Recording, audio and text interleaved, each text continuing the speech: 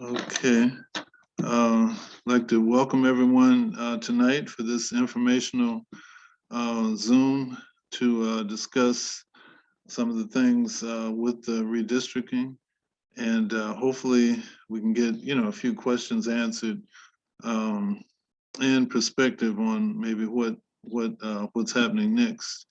Thank everybody for being here, and I know with the hearings that took place in the Alabama State Legislature, there were a lot of, how can I say, different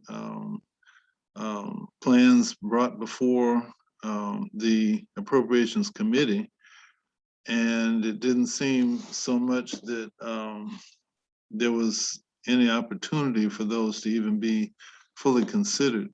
Some of the things that took place, which I'm hoping some of our assistants here will be able to kind of answer, help us kind of wade through this. They did not have copies of the maps on hand during the hearing. And from what I understand, they didn't even give opportunity for those in the legislature to see those ahead of time. But to not even have the copies there, I know one person even asked for some, and they had to go back and get the aides to be able to get them. They said, "Oh, they have they're on another floor." The other part which really hit me was I didn't realize you didn't need a second to to make motions in the Congress, but or it's state legislature, I guess it would be the same. But the other part is that tabling and how devastating that motion is. In other words, as soon as something came up, they would immediately table it, and that vote just pretty much disseminated any possibility for alternative plans. That's just something which I know that's in the architecture of how things are done there. I'm very familiar with parliamentary procedure, but how that was used was just amazing. And again, this is the first time in Alabama where we were able to actually see what was going on. I don't know about other states, but that was very enlightening to a lot of people. And I know this is the first time that citizens groups, were active and being able to actually see those and actually see a little bit ahead of time what they were going to work on, even though, we didn't see a lot of those plans till much later. And one other thing was the fact of the matter that apparently there was one individual who was the one that actually did the drawing of the maps that we saw for the Appropriations Committee. I guess I'm sure it probably could hire a contractor to do that, but they were just it was on them versus maybe a collective. So those are issues I think that are definitely on people's minds. I don't know, if any comments about that or anybody else had a similar type of thing. And we'll have this as a discussion too, and then have Q&A toward the end. But any ideas about that or enlightenment on that? Well, I have some general questions, but we can filter that toward the Q&A. Okay. Like, were the maps put online other than the paper ones? Mm-hmm. And the idea of the person behind the scenes doing the drawing, it was probably more than one person. That person is just representing whoever they contracted with to draw. And then another question is about availability of data.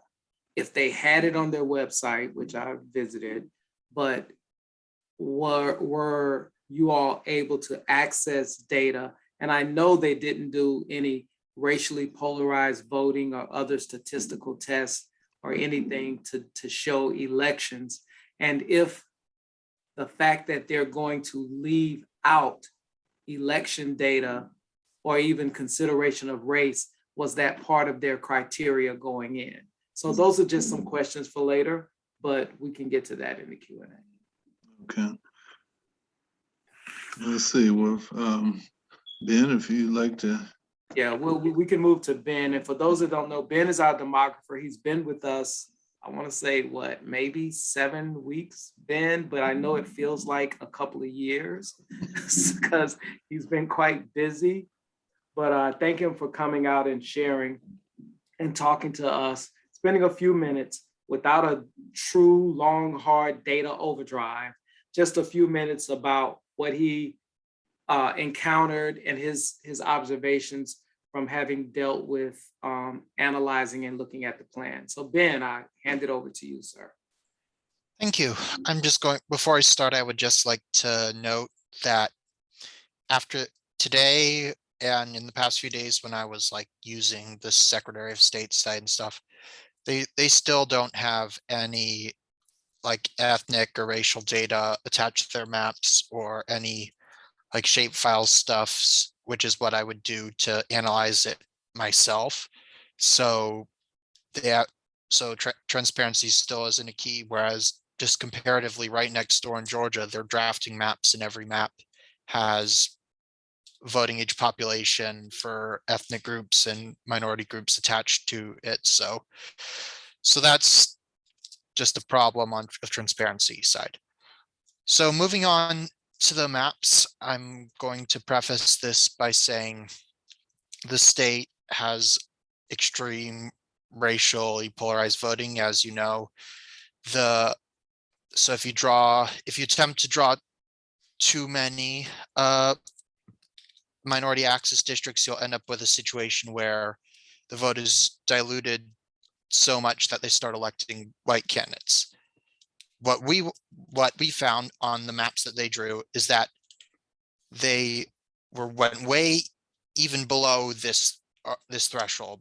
And in your region, around Macon and Tuskegee, there are currently, for example, one state Senate district incorporating the county and the counties to its east, and one in Montgomery. We found that you can draw a second state Senate district that is majority minority, majority African American, majority less than 40% white inside this county.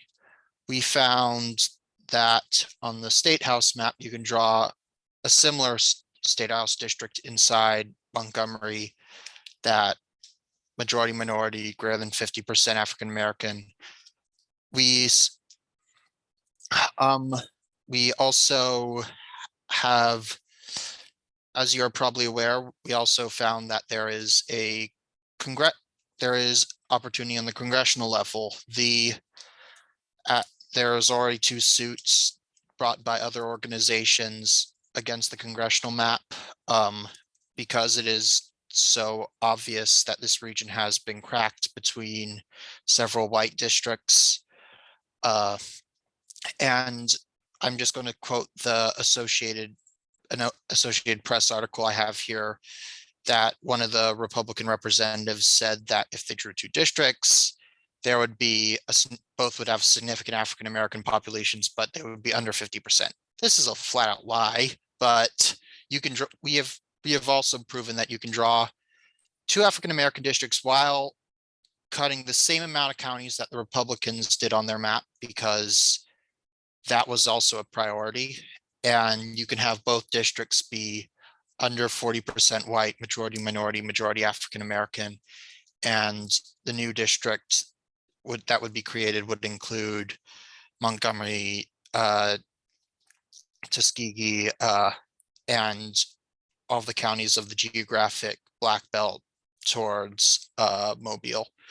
So this is the opportunity that we have here. We have, like in the Montgomery situation, we have districts that are probably the most packed on the entire map of minority voters, because and the district right adjacent to it is the most cracked on the map. So there is definitely opportunity for allegations there. And I would also, and there's also obviously the congressional side of things. I did not mention the state school districts because we found that it's incredibly hard to actually get a third majority minority district, opportunity district on that map. The only thing that, so that map is kind of as it is. The only thing that I would note about that is because they've drawn two majority minority, majority African American districts on that map, and it's an 8-district map, whereas the congressional map is a 7-district map. It's kind of inexcusable that there's one less majority minority district on the congressional map. Should that be good? Yeah, I think that's a very good general overview, Ben, but I'm sure some questions about the maps will come up in the Q&A. I just want to add to some of what Ben was saying. When you hear a term like opportunity district or influence district, every district that's justifiable under the Voting Rights Act or such, and that doesn't weaken minority voting strength, doesn't necessarily have to be a majority minority district.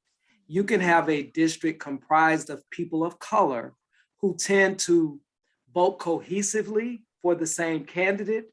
They have this shared interest. They vote for the same candidate over a series of elections. And whites vote for the opposite or opposing candidate in such high degree that the candidate that's preferred by these group of minority individuals always loses.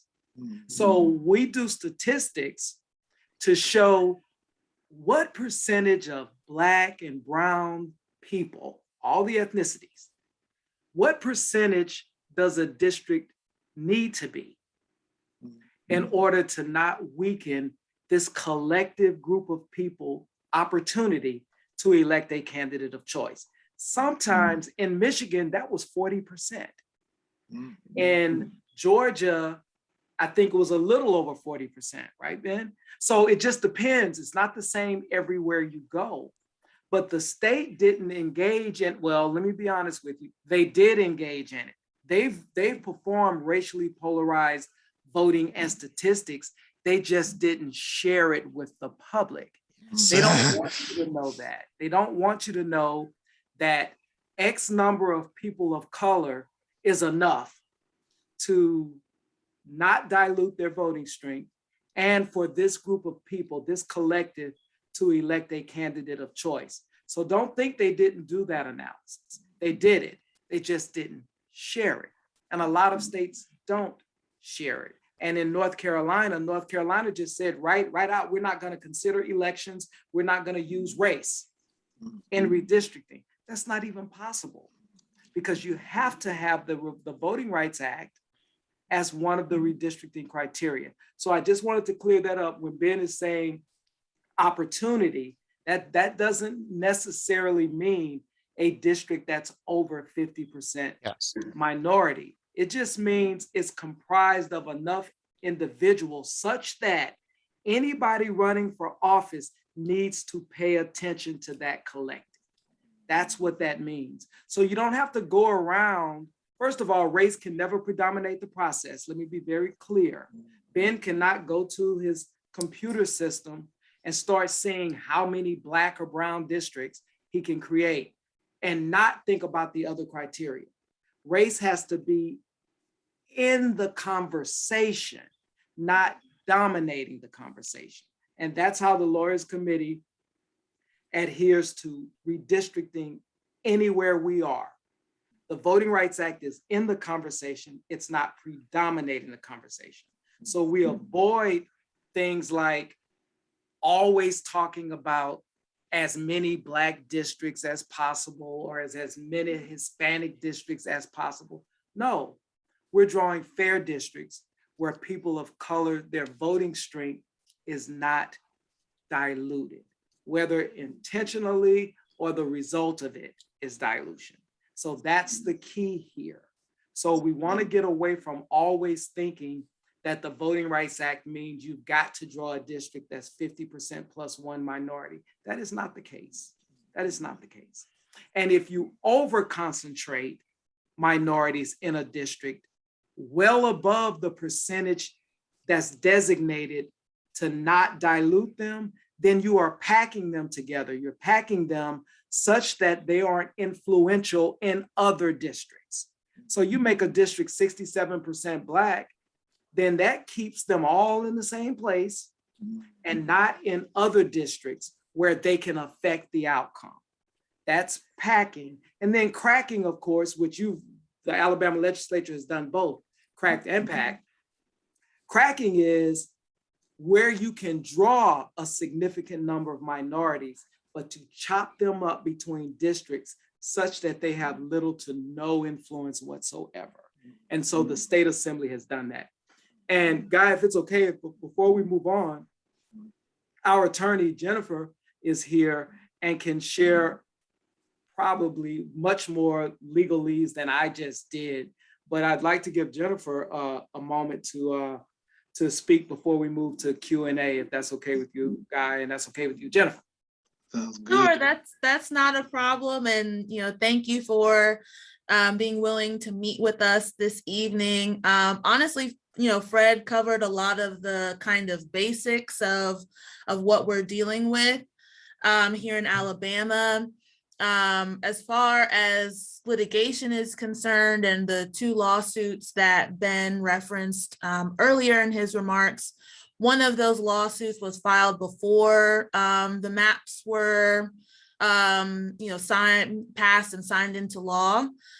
So that lawsuit is, kind of particular and specific and deals with, the traditional redistricting principles that that Fred just kind of touched on. And that case basically asks that the legislature abide by that and not draw districts where you're cutting into multiple counties.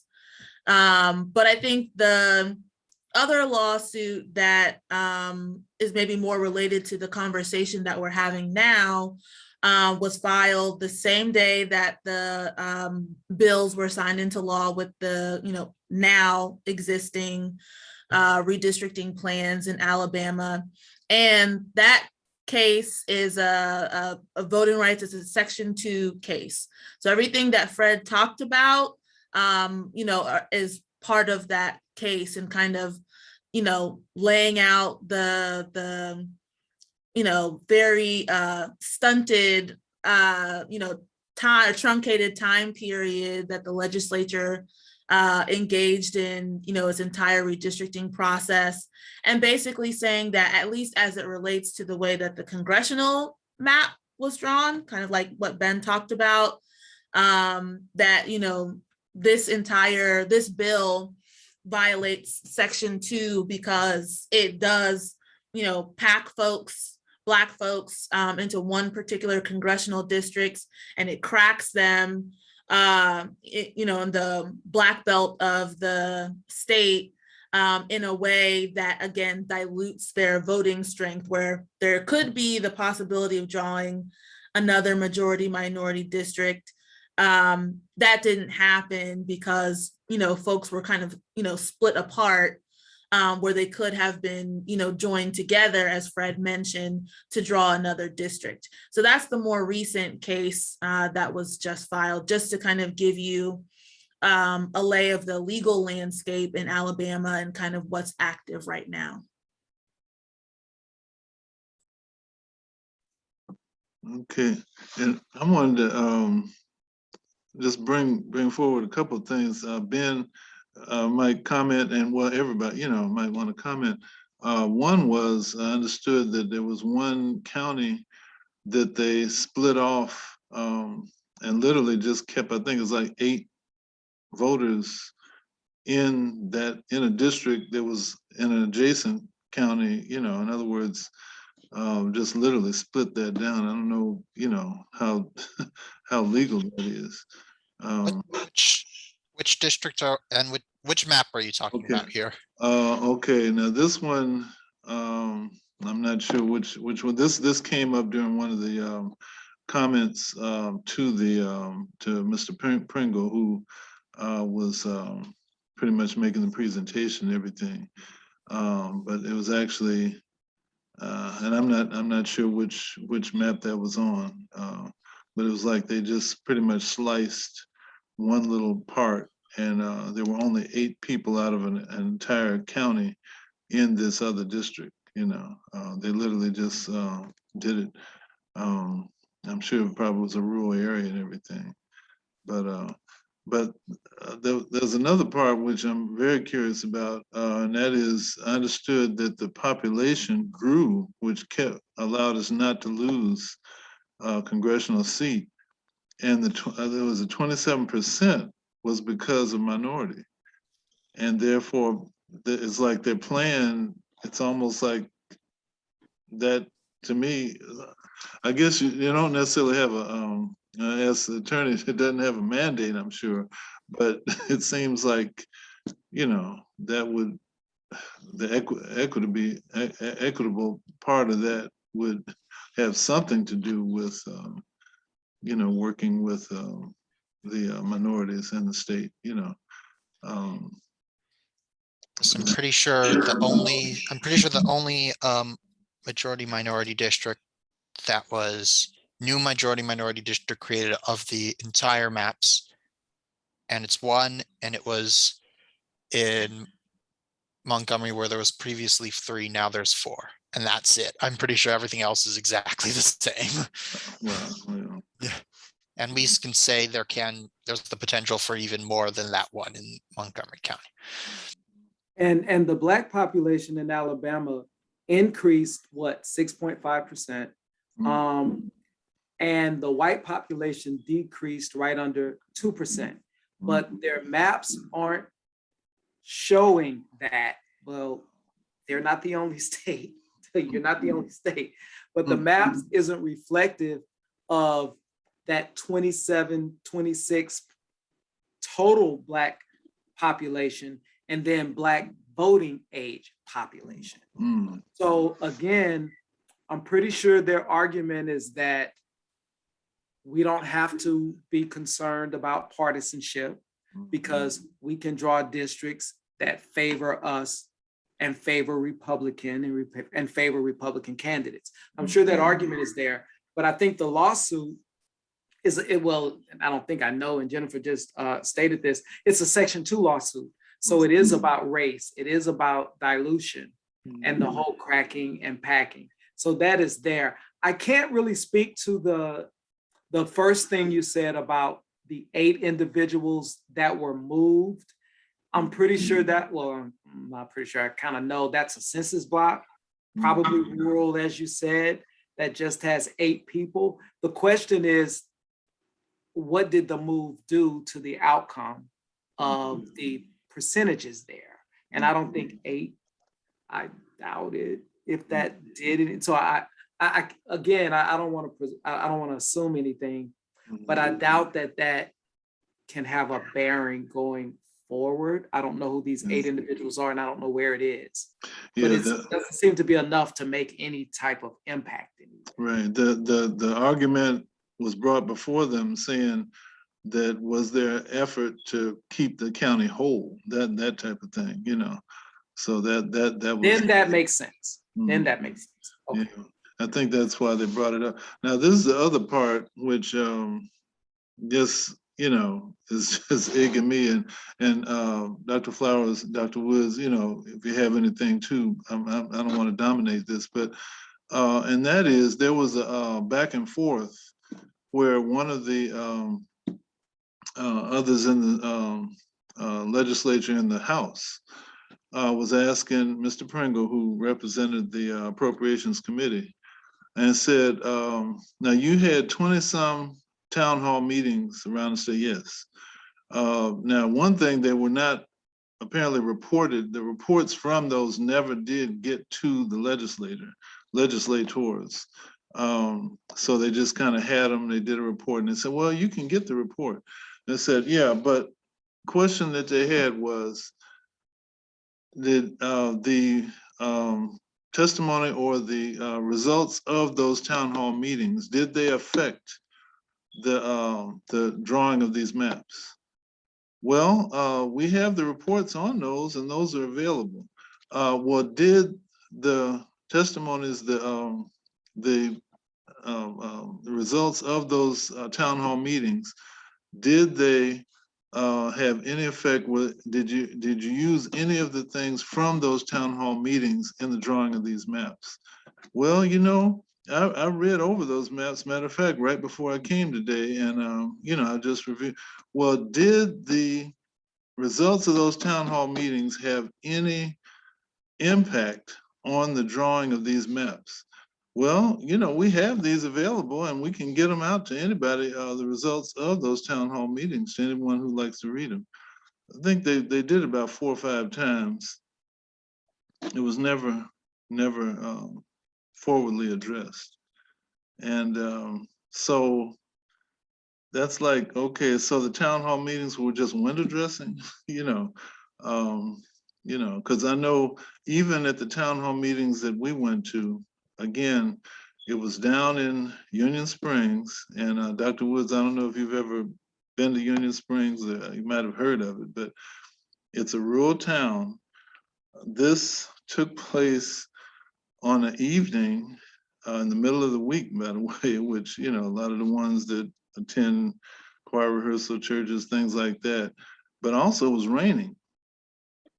When we got there, we thought we were at the place, but we were downtown, and no, it wasn't there, it was out from town. It was at the National Guard Armory, which was about maybe 2 or 3 miles out of town.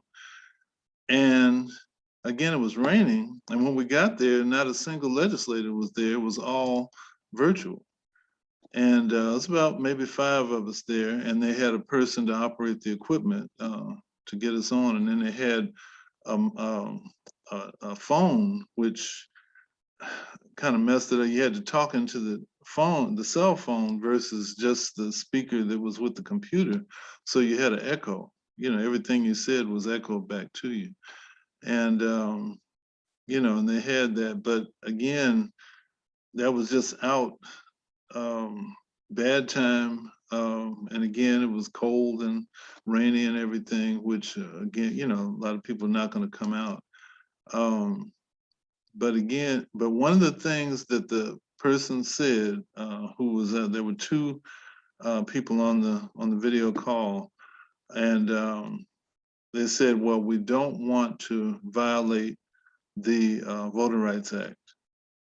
They never said that we want to be equitable for the citizens of Alabama, but he said it several times, especially when they brought up a question on gerrymander. He said, well, we don't want to, you know, get in trouble with the federal government with the Voting Rights Act. But again, that seems like, was that just window dressing? It sounds to me like it sounds to me pretty much like it was. And again, Alabama isn't the only state where this is happening. So my question is, and I lost it. Is there? Yeah. I think we have to be mindful of that tactic as you, not to move away from this conversation, because this is what we're talking about tonight, the statewide plans, but just be mindful of that tactic going into your local redistricting.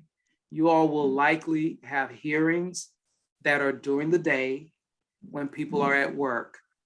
And it's not strange when you hear people on election day say, I went to the wrong polling place because I didn't know I was in a new district. Yes. And yes. What we have to do is be more assertive in getting information out there. Of course, trying to stand off and stand up against it, but even after it happens, to make people aware of those things. But you all, as quick as they did that, having you all come out to a desolate place at night or in the evening or what have you, and they're not even there, those are the kinds of tactics that have been around for a long time, but it was harder when we had Section 5. We don't have Section 5 anymore. So I anticipate those same kinds of things will be done for your local redistricting, but also pay attention to, again, I'm leaping here, but don't worry, I'm going to come back. Pay attention to these local redistricting efforts, because oftentimes attached to them are polling place closures and consolidations, because they're written all the way down in that bill, but we're so focused on the maps that somebody forgets all of that extra stuff. So that's just something to think about going forward. I'm not saying we're done with the statewide stuff. It's just that that seems to be the plan. And that's the way it's always been worked. So be mindful of that, because now that they've drawn these statewide plans and the governor has signed them, the local stuff will start. If it's not already taking place right now, you just don't know about it. So that's just something I wanted to blurt out before I forgot. I have something to say. Can you all hear me? Yes, go ahead, please. Hi, this is Dr. Frost. Listen, during the times they held the town hall meetings, and I agree with you, Mr. Trammell, I attended 8 of them, I think 8 to 10 of them, public hearings. We're talking about from Birmingham to Monroeville to Mobile. There have been concerns, particularly for the League of Women Voters and other organizations and citizens. They kept indicating that, why are we having these meetings? And the attendance is going to be very poor because of the timing. It was like 11 o'clock, 1 o'clock. And I mean, times when people are at work. So I totally agree with you, Mr. Trammell. The timing was terrible, especially on weekdays. Like I think most of them were on Tuesdays and Thursdays. And then I also had an opportunity to log on during the House Reapportionment Committee meeting after they had, collected all the town hall information.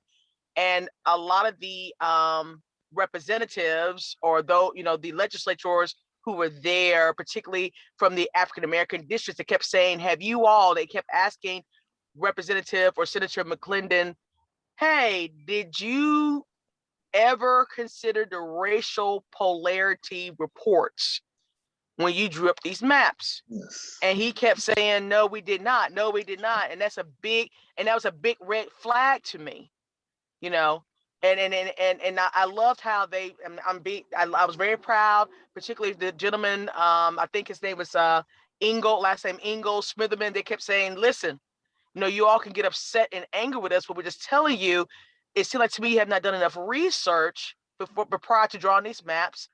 And then not only that, how are they to go back to the constituents and explain to them what's going on with their concerns and their voices and all the things are not being heard during these town hall meetings. So, Mr. Trim, I just want to kind of reiterate what you said, and I saw it for myself when I logged on to those meetings, that was a big issue involving racial polarities not being discussed or even thought about or even studied prior to the maps being drawn.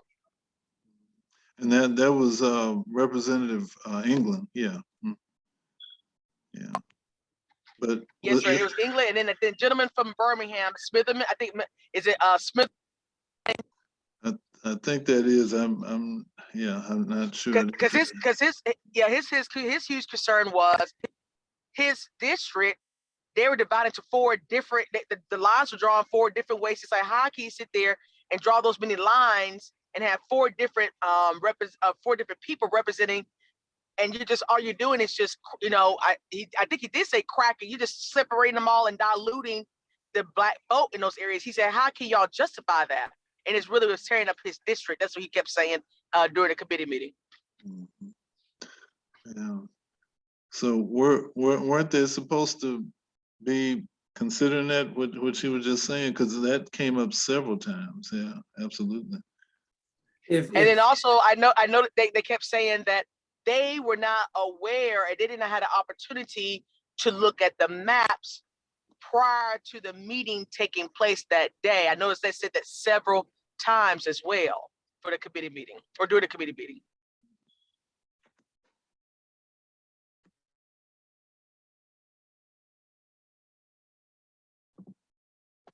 So was that again, weren't they supposed to look at the polarization and also, like I said, making those maps available? Yes, because and going forward, that's a criteria for a Section 2 lawsuit. So the analysis, like I said, they've run the analysis, but the lawsuit that's out there now, they have to have all of this going forward, which in my guess, and Jennifer, correct me if I'm wrong, they've done this already, because you're not going to pursue this Section 2 lawsuit unless you look to see if you can draw a majority minority district, you've seen cohesion among minority voters, and you have evidence of racially polarized voting. You don't even launch a Section 2 unless you have that. So that's done. It would have made sense for them to have done some analysis, but again, Alabama isn't the only state that's not showing their full hand here. And they've done this. I'm pretty sure they have. Now, a lot of this stuff will come up in, I'm thinking, and Jennifer, I'll back off, it'll come up in discovery with this lawsuit already launched. But that stuff will all be forthcoming.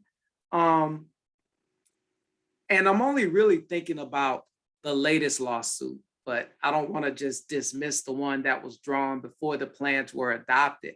I don't even understand that. But I'm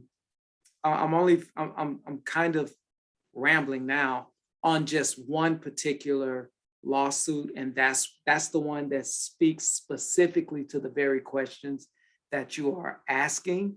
Now, to the degree that others will weigh in and try to join or launch their own, we don't know. I will ask though, Alabama Forward has been very involved. Do y'all have any involvement with that coalition? I think it's the League of Women Voters, Right. Ordinary People Society, and maybe Southern Coalition for Social Justice, I'm not sure. And Yeah, possibly LDF, I'm not sure. Yeah, we've been sharing. I'm a member of the League of Women. Yeah. I'm sorry, Go go ahead. Go ahead, Dr. Flowers. That's fine. Yeah. I just want to let you all know that I have recently joined the League of Women Voters here in Central Alabama. And I told them, I let them know up front that I was very interested in redistricting. So yes, because they seem to be very, in fact, from my understanding, their maps, one of the key maps that was submitted, and that was the focus of conversations throughout all the town hall meetings. So I'm a member of the League of Women Voters here in And what I've been doing, you've probably been seeing through the emails, I've been circulating the virtual meetings that they've been having, I'll say the debriefing that they would have after a lot of those sessions, so that, we would be able to have that too.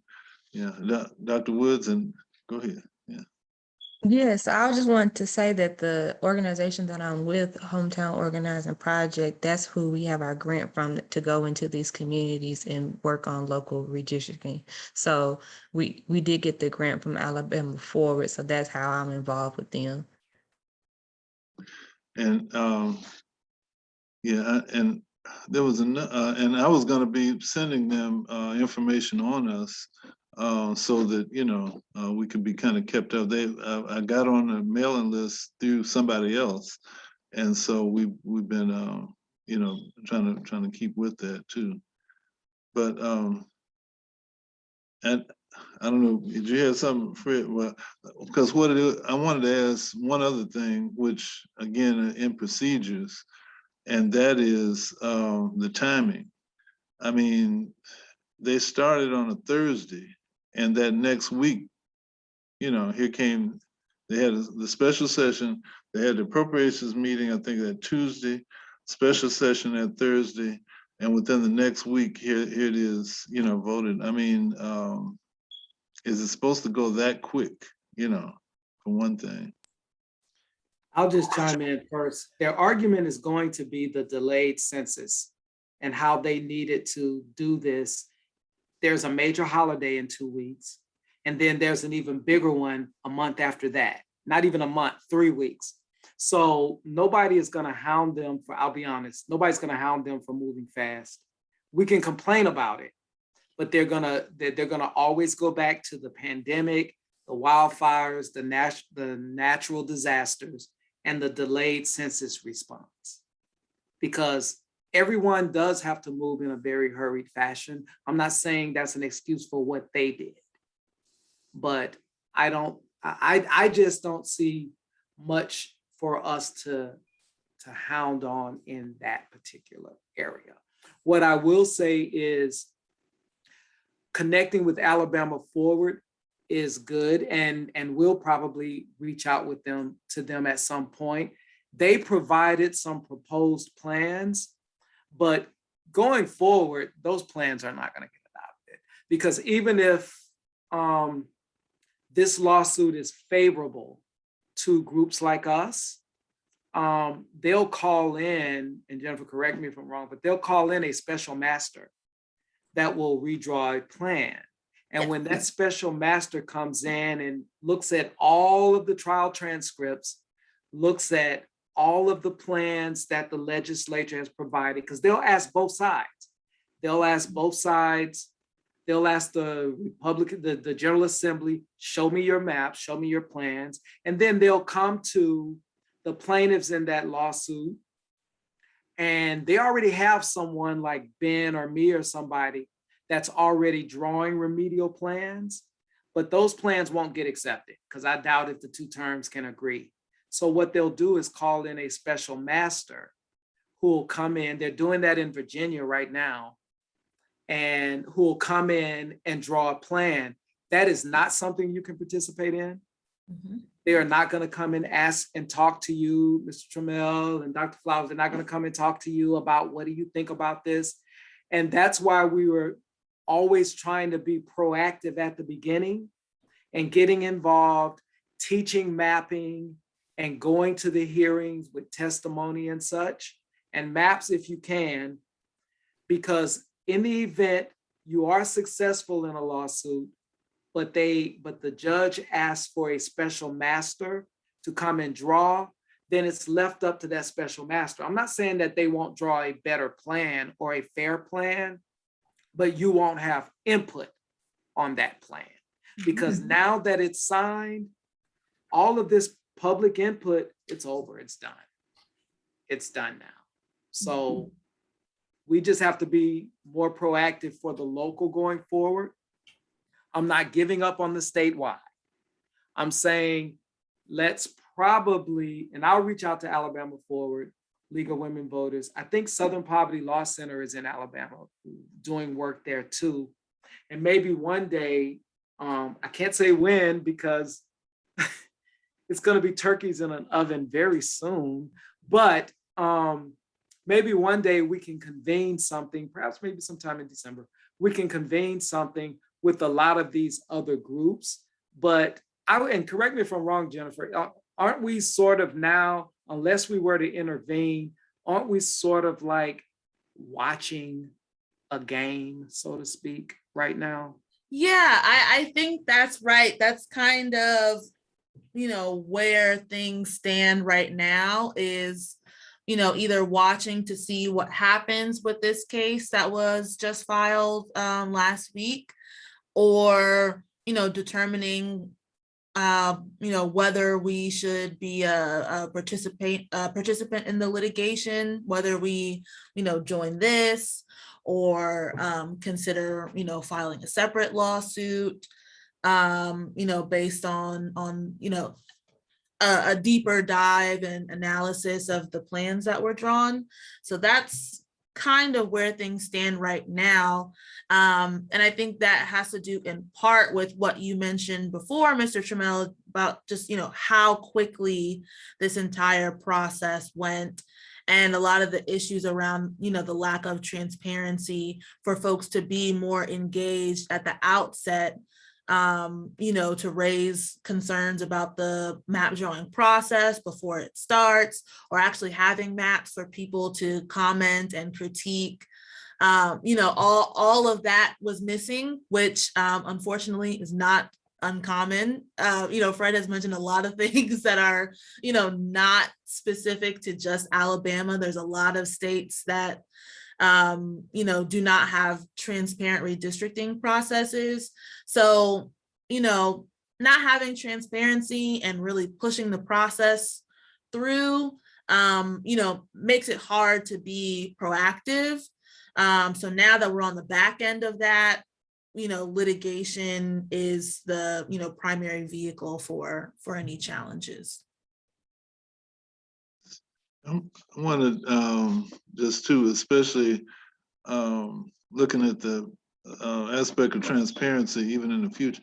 First, I wanted to ask, how many were there, because this is the first time Alabama had any type of, this is something so far up under the rug in the back room, in the corner in the dark, and in other words, this was never open, whatever. Like I said, most of us were still thinking things were like they were when we were growing up here, okay, as far as how the district lines were drawn.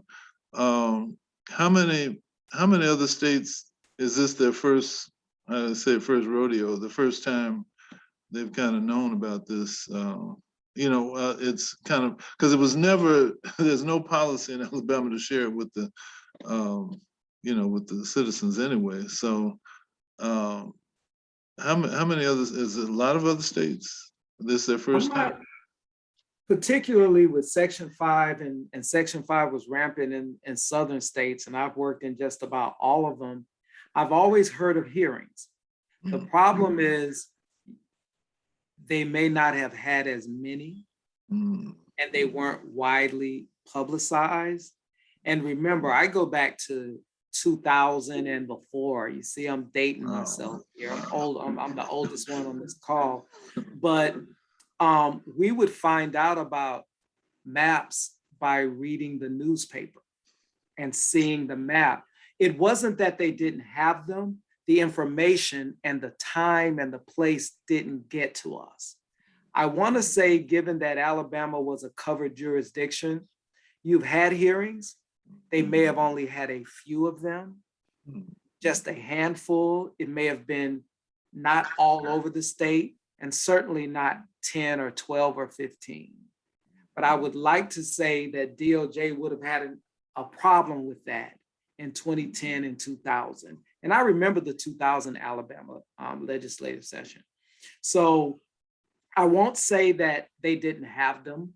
I'll say that they probably didn't broadly publicize them and solicit public input. They don't want to hear from you, So, and that's in a lot of places, but I'm from Mississippi. Mississippi has them. I was in Louisiana. Louisiana has them. Georgia is undergoing it right now, and they're in their second week. They're moving quickly too. So now Midwest and places up north and places that don't have racial diversity, they don't really have all of this. And what a unicameral legislature like Nebraska, they don't really do all of this. So you will hear about it in those places, but certainly not in the South. So I would venture to say 2000, 2010, Alabama had them. They just didn't publicize them. Yeah. Okay. So let me say, going forward, let us do some reaching out. And one of your members here is part of League of Women Voters. So that's good. Let us do a little work on our end just to see, because we haven't dropped the ball at all, just to see if possibly, as Jennifer mentioned, there could be opportunities to intervene on behalf of or launch a new one. I don't know. I'm not putting that out there. It's just that we are looking at all of that currently with a lighthouse view on your local redistricting in those counties in and around Tuskegee. Because that's what we got to start focusing on now, because any day, Mr. Trammell, you can be sending me an email, you're going to have a hearing that day that you just found out about. Wow. That's how they work these local redistrictings, honestly. And that doesn't give us enough time, and Ben will tell you, that doesn't give him enough time to start crafting and drafting. So the minute you all find out about this, shoot us an email. Yeah, definitely. And the good thing we have developed through some community collaborations and movements, ways of communicating, the virtual has helped a lot, where we can actually say, well, I heard this, and then somebody else can kind of fill in. So yeah, absolutely.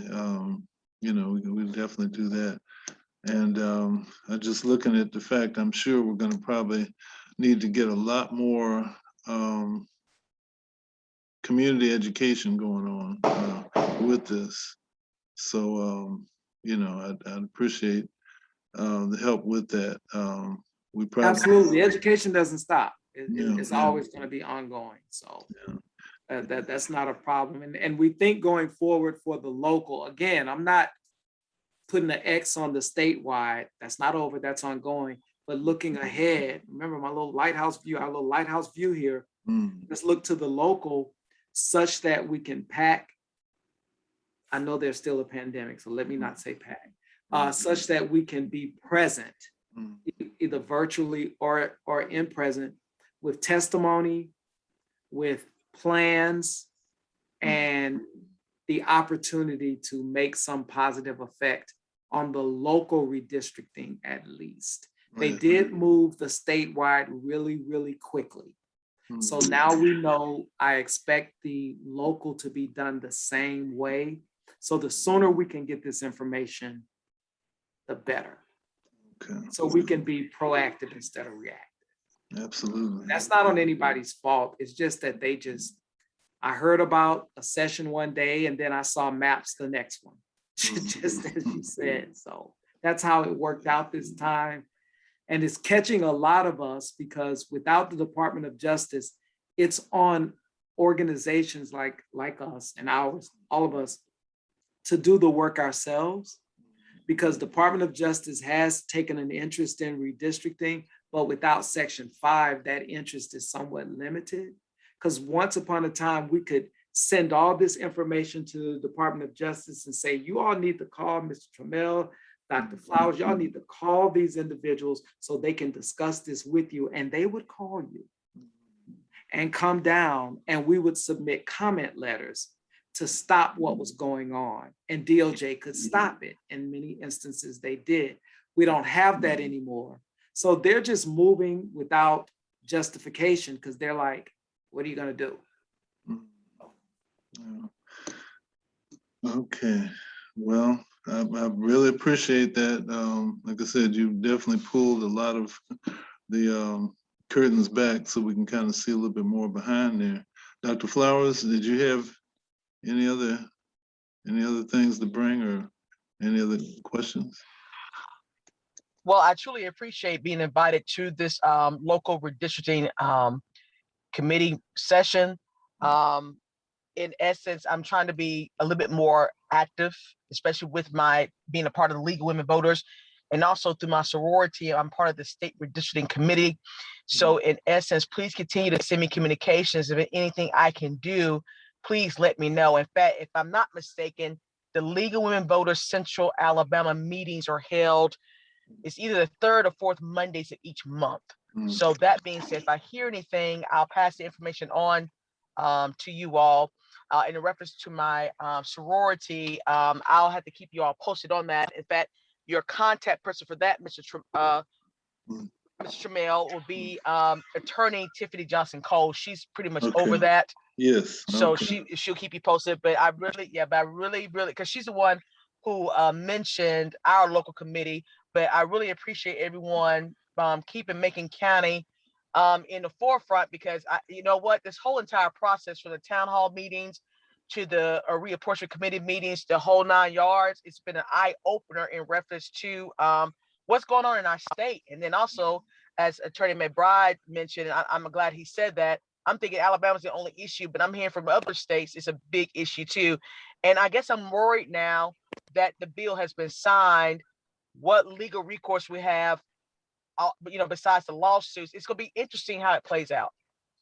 And as a citizen, it just really concerns me at the year 2021, we're still dealing with this. Yeah. That's what's really bothering me. And I think what's hurt me even more, I noticed during those town hall meetings, excluding Birmingham and Mobile, some of those town hall meetings lasted 5 or 10 minutes because the attendance was so poor, and I don't know if it's because of apathy or that, they didn't feel comfortable going, et cetera. But it's just, it's amazing to me that if they didn't see that the attendance or the meeting lasting that long, why do we still move forward with the committee meetings and the bills to be passed?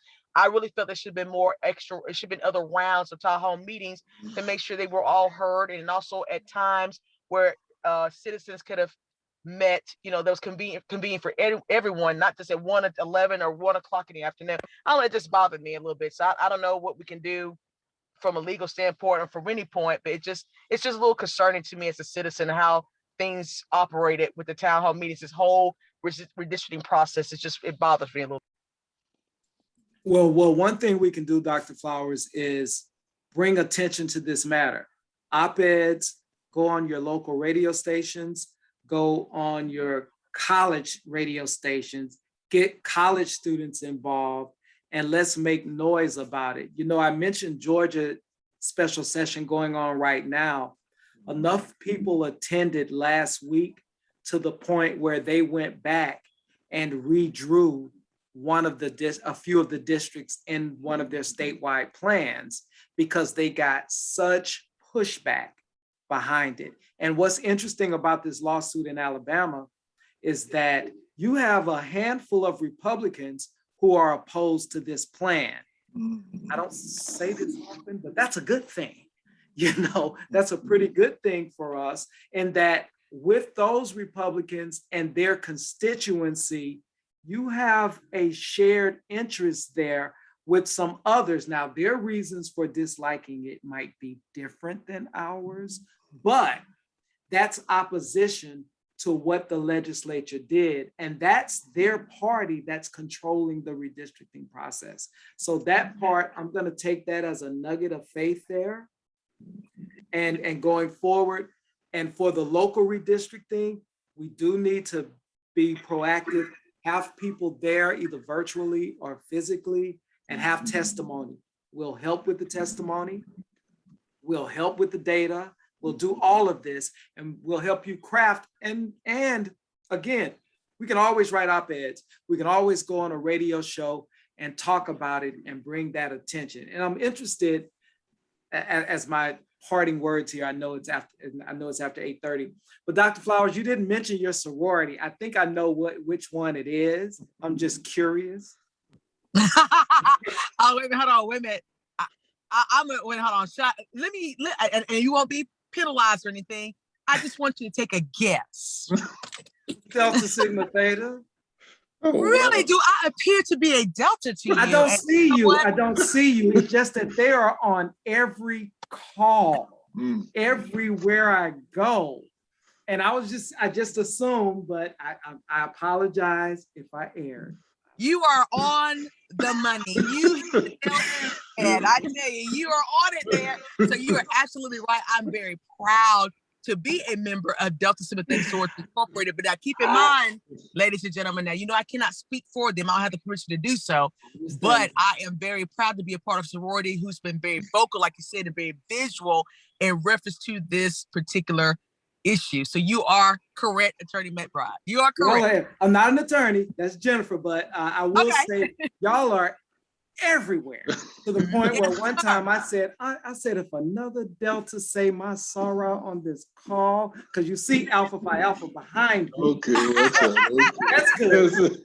That's good. But I'm gonna shut up now. I know it's late. I just could not pass without asking. But I'm like, Delta's everywhere. I even told my frat brothers, I'm so sick of them Delta. But no, I love y'all. Y'all are everywhere. You do great work. Okay. But hey, if there's anything that I can do to assist, now I can do it as an individual. Please let me know. But I thank you all so much, because I really think this is I'm not gonna give up. I know I hear a lot of people saying it's over, the bill signed, etc. But I just still have that fight in me. And my prayer is I'll find some type of way to just not me, but all of us as foot soldiers to get involved in this process and things. And I think a change will come eventually. That's just me. Absolutely. And you all kind of open that can too, which is another thing, which is like a mission I'm on and haven't figured out how yet.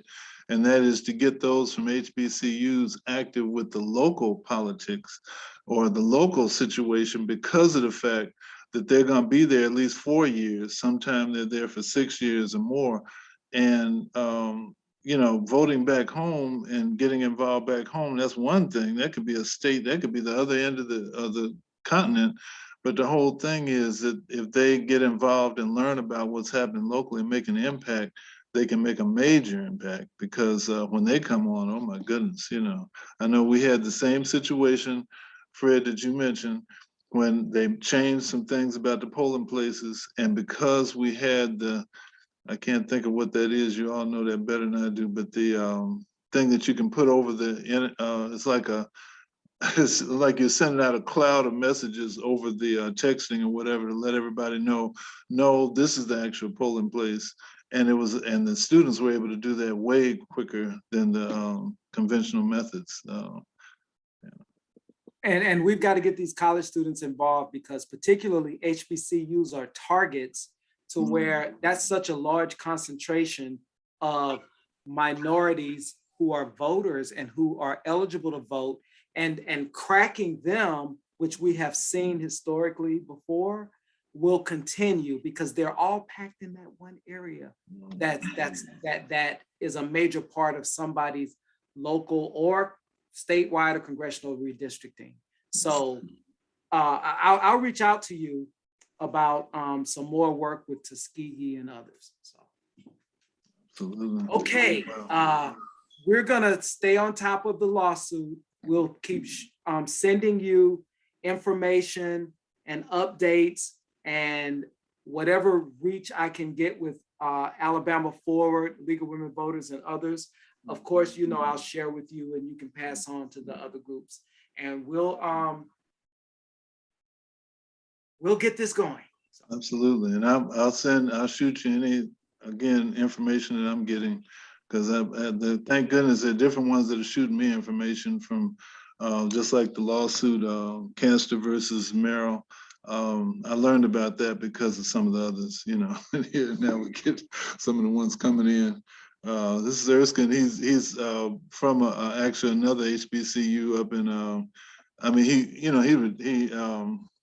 went there years and years ago. He's actually retired now, but he was at Alabama A&M at one point, and now he's a representative across the state with that. Glad you were able to make it. Okay. Oh, he's still coming in, but anyway. All right, but thank you, everyone. I appreciate you, Ben, Attorney Jennifer, and Fred, as always. Thank you so much, and thank you, Dr. Flowers, for being with us too. So, All right, stay blessed, y'all. I had to log off. Thank Y'all you. stay blessed. Thank you. Thank you, Thank you Dr. all. Flowers. Thank you. okay, all right, and we'll definitely be in touch about the local. Once we get on the county and the city, that's a whole nother ball game. Absolutely. Okay, Erskine, we're Thank you, Mr. saying. Terrell.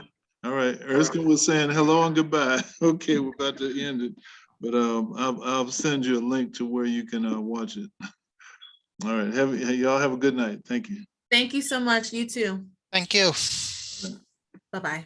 Bye-bye.